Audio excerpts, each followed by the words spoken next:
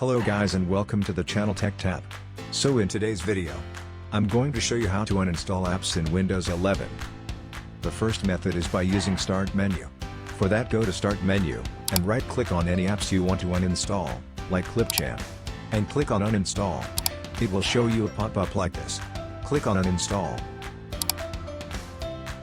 The second method is by using Control Panel. So for that, go to Search, and type Control Panel, and open it up. Here go to Programs and Features, and you will see different apps, which are installed on your PC. You can select it, and click on Uninstall.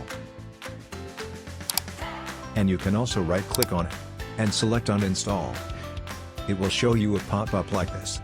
And then click on Yes, and click on Uninstall, and your app will be uninstalled. Third method. The last method is by using Settings. For that, go to Start, and click on Settings. Here go to Apps. Click on Installed Apps. It will show you all the apps which are installed on your PC. Some of the apps which are system app, you cannot uninstall it, like Camera app. So, uninstall an app. Click on these three dots, right next to his name, and click on Uninstall. It will show you a pop-up like this. And then click on Uninstall.